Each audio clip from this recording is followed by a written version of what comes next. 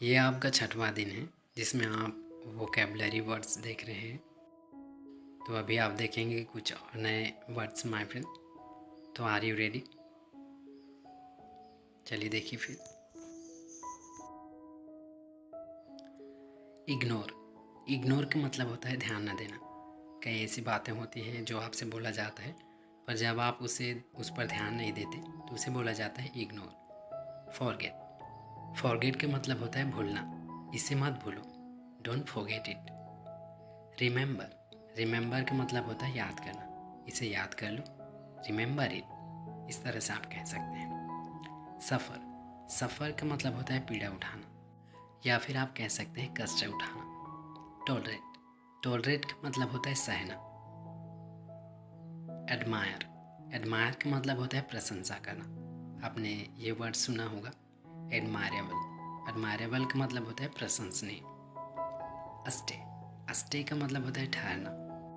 अगर आप कहते हैं कि मैं यहाँ ठहरूंगा तो आप कहेंगे I will stay here. Wait. Wait का मतलब आप जानते हैं, वेट का मतलब होता है इंतज़ार करना। मैं आपका इंतज़ार करूँगा, I will wait for you. इस तरह से आप कह सकते हैं। अब आप इन्हें एक बार रिपीट कीजिए, फिर आगे बढ़ते हैं।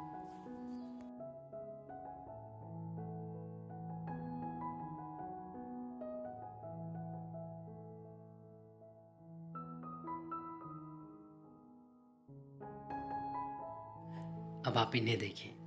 इंटरप्ट। इंटरप्ट का मतलब होता है बाधा डालना। सॉल्व। सॉल्व का मतलब होता है हल निकालना। जैसे कि आप किसी समस्या का हल निकालते हैं तो उसे बोला जाता है सॉल्व। आंसर। आंसर का मतलब होता है उत्तर देना। मैं बाद में आपको आंसर दूंगा। इस तरह से अगर आप कहते हैं तो I will answer you later. Gain. Gain का मतलब होता है प्राप्त करना। रेन। रेन का मतलब होता है बारिश होना। आप जानते हैं इसे, क्योंकि आप कहते हैं ना कि आज बारिश हो सकती है, इट मे रेन टुडे। इस तरह से। वेस्ट। वेस्ट का मतलब होता है बेकार जाने देना। डोंट वेस्ट योर टाइम, आपने इसे सुना होगा। उसका मतलब होता है कि आप अपना समय बेकार मत जाने दीजिए। और डोंट वेस्ट दिस, इसे बेकार मत जाने दीजिए। लूज़। लूज़ का मतलब होता है हारना या फिर खोना। विन। विन का मतलब होता है जीतना। तो अब आप इन्हें एक बार रिपीट कर लीजिए।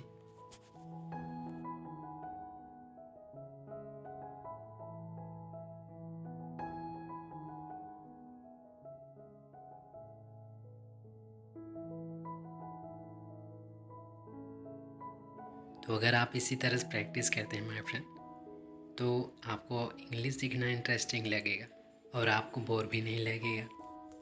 तो आज भी आपने 16 वर्ड सीख लिए माय फ्रेंड। तो आज के लिए बस इतना ही। Thank you for watching. मिलते हैं फिर किसी अगली वीडियो में।